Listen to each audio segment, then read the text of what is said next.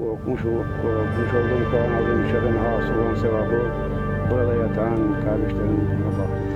Allahümme asli umurana, vastur uyubana, vagfir zunubana, ve tahhir kulubana, ve nabil kuburana, ve şrah sudurana, ve keffir anna seyyiatina, ve tevaffana ma'al-abrar. On a windblown hilltop in northern Greece, Mufti Damatoglu is saying the Muslim prayer for the dead.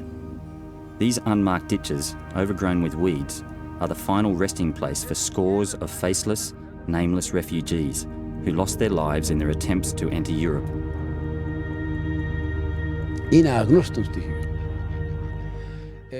Their identity is unknown. From their faces, we figure they are Pakistanis, Somalis or Iraqis. With his own hands, the Mufti has buried more than 130 immigrants here. Most of them drowned while crossing the border river Evros.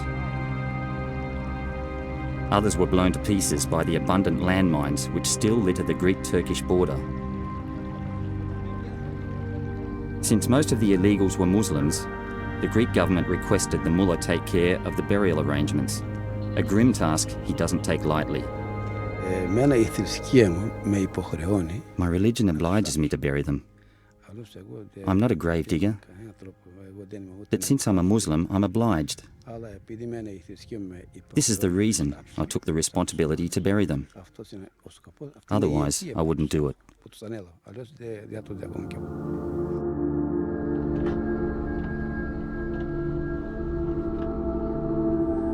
Last year, Spain and Italy effectively ceased the flow of illegal immigrants entering Europe from the south across the Mediterranean Sea by negotiating bilateral repatriation agreements with several North African states. The migrants then moved eastward towards Turkey. Since this spring, as many as 400 people have been crossing the Evros River into Greece every day. The local people are in despair.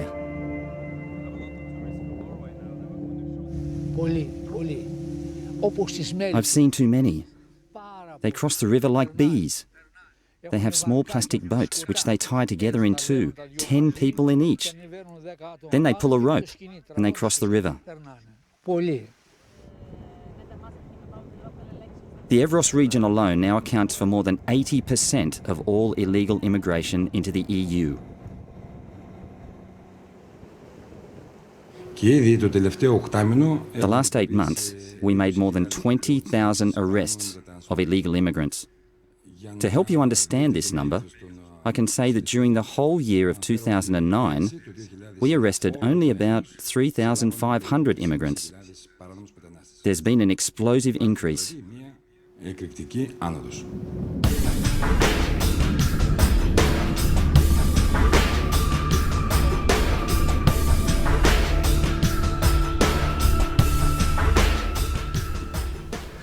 The border itself is only 200 kilometres long, but that territory is by far too large to control for the Greek police, who struggle against increasingly creative people smugglers.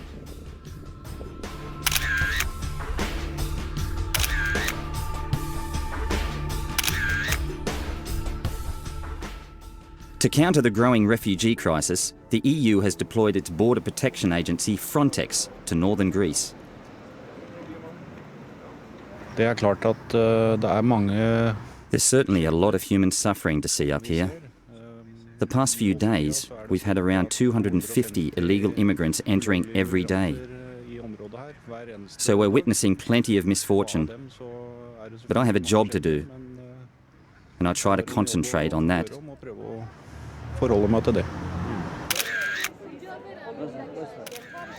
But even with high-tech equipment such as heat-seeking cameras, the small force has so far been able to do little but observe how scores of people cross the border every night under the cover of darkness.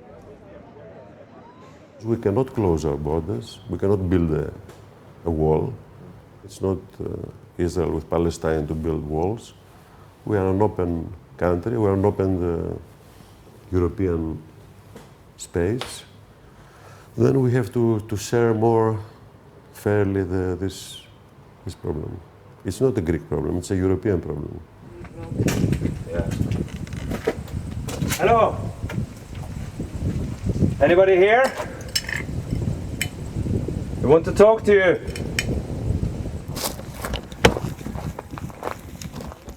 These illegals run for their lives when we come across their secret hideout in this dilapidated house not far from the Turkish border.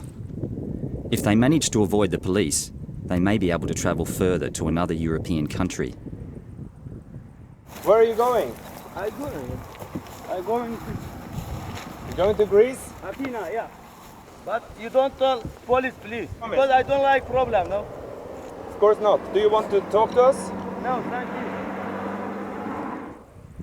But the majority of illegals choose to turn themselves in as soon as they enter Greece.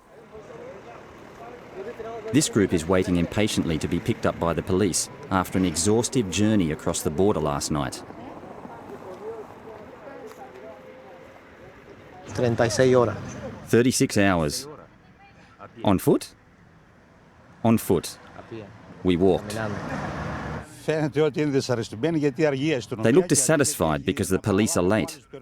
And they are late because they have to pick up other people from other locations as well. But they will come and take them eventually. We want this situation to stop. The citizens of this community say enough is enough. To the relief of these families, the police soon arrive.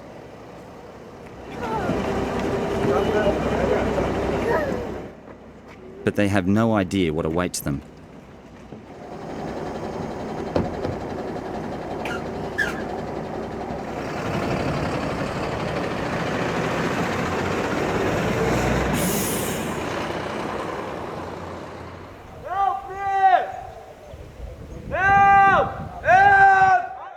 This is what the Greek government calls a special detention centre for foreigners. Help me! Mister! Please! Help me! Here, the refugees are kept under severe conditions. Often in critically overcrowded facilities for up to 1 year, while the government struggles to process a backlog of more than 50,000 asylum cases. Here is schlimm. It is bad here. You don't know what will happen to you today or tomorrow. I've been in this jail for 39 days. At the moment that we are talking, the situation has worsened because of the large numbers of newcomers at the Evros region and the inadequacy of the existing detention facilities. So this is there on the left. Hello. The detention centre of Falakio has a capacity of up to 300. But according to the guards, sometimes more than 3 times that number of people are kept behind bars here. When we show up with our TV cameras, a riot almost breaks out.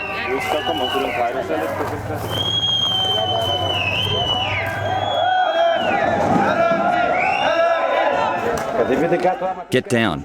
If you fall down, we will have to take you to hospital.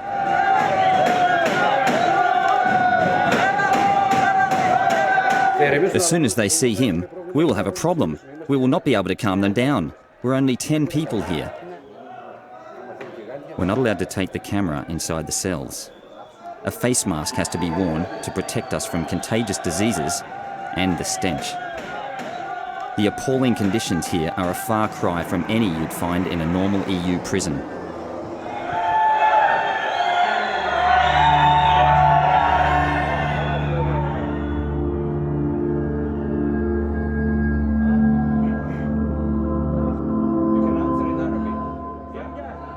This detention camp was originally a warehouse for food and was never meant to house human beings.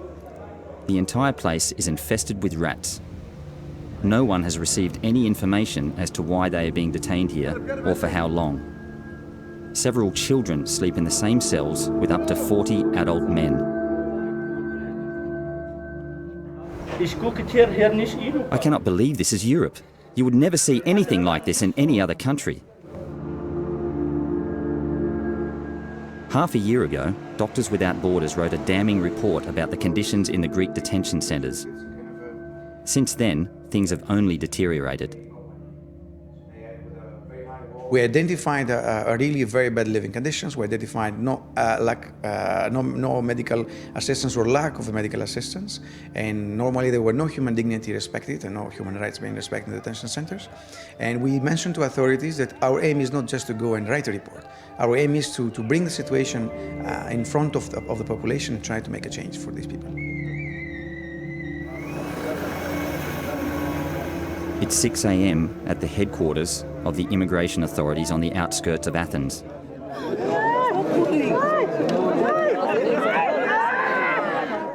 After the ordeal of the detention centres, it is here the immigrants must come to get their asylum applications reviewed and renewed thereafter every 6 months.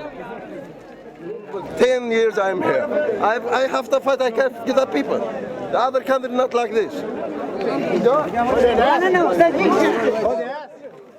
Most of these people have been here through the night to get a good spot in the queue. But this morning, only 20 applications are received through the iron bars. Up to 3 weeks now have been coming. Every day I came in, I come here every day. I feel really ashamed for what I say every day. It's a lottery if you can survive. It's a lottery if you get detained or not. And it is a lottery if you can stay at all. Because in Greece, less than 1 in 2,000 get their applications approved. According to various analysts, more than 2 million aliens may now be residing illegally in the crisis-ridden Greek state. In addition to the steady flow of immigrants from Turkey, Greece also receives hundreds of returnees from other EU countries every year. This is in accordance with the Dublin Treaty, which dictates that asylum seekers may be returned summarily to the first European country that they entered.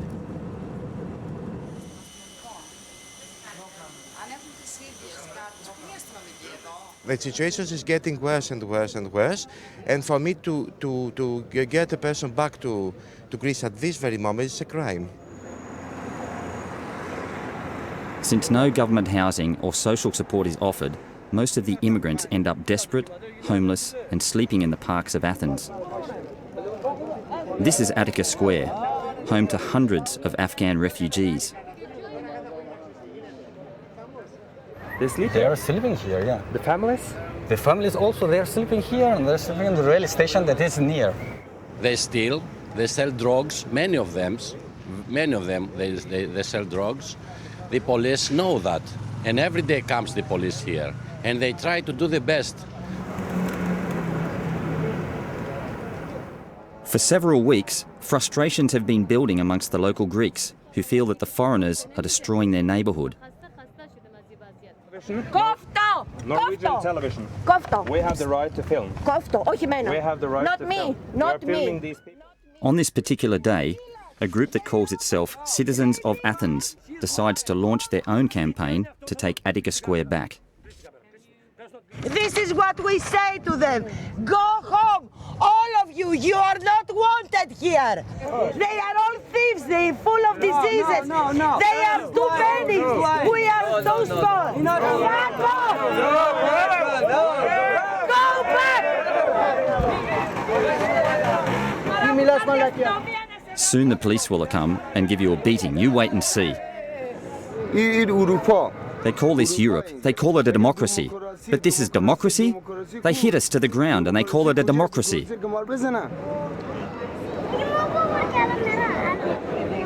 During the past few months, there's been a steady increase in racial attacks here, says Yunus Mohammadi, the president of the Afghan Association in Greece.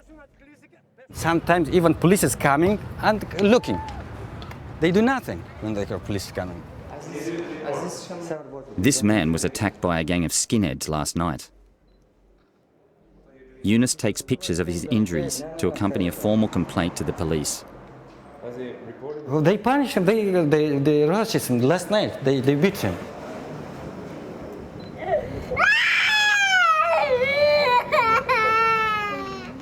However, it is not only the adults who get attacked. This is 4-year-old Omid. For the past few weeks, he's been crying uncontrollably each time a stranger comes near. Not even his father is allowed to hold him. He's very scared. The family of 5 were sleeping behind a bench in Attica Square. In the middle of the night, the parents noticed that the sun was gone. We found him around 3:30 in the morning. We couldn't do anything for him that night, so we waited until daylight and took him to a doctor. The child was black and blue from bruises, all over the body. The doctor who examined him also found that someone had tried to rape him. Without any hope of aid or support from the government, the family members are now bracing themselves for harsh months to come back on the streets of Athens. If I'd stayed on in Afghanistan, I myself might have been beaten or killed. But there, they would at least have spared my children.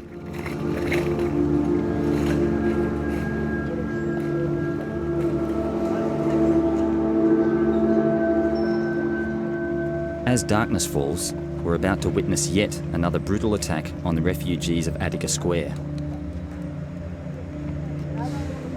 The citizens of Athens have done as they promised. They've called the police. Hey, what's happening to you? What's happening? Arrest me and ask me about the documents. Just I have one paper. They're arresting you? Yeah. TV in Norway? No. We have permission. We have permission. We have permission.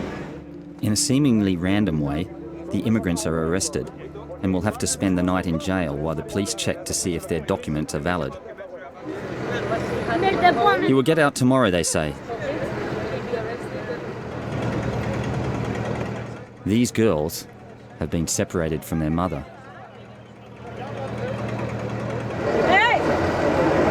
Where are they taking you? How old is your daughter? 6 years. 6 years old. The other one is 13. But not everyone is taken into custody tonight. In front of terrified children and the Greek police, the citizens of Athens take action. He's filming me now? Let him photograph my balls. Get the hell out of here. Do you understand that? Go to hell.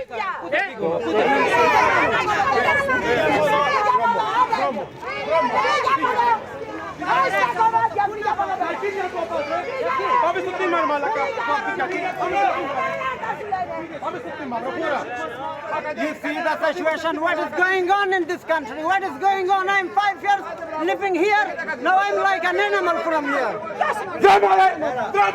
Get the hell away from here. Get out. Get away. The battle for Attica Square is over, for tonight. The local vigilantes set off to raid another park. There is rubbish everywhere. It's a mess. They sleep here, they fight each other here. Sometimes they put stones in their shirts and attack each other. Hey, let's go. Let's go chase the immigrants in another place now.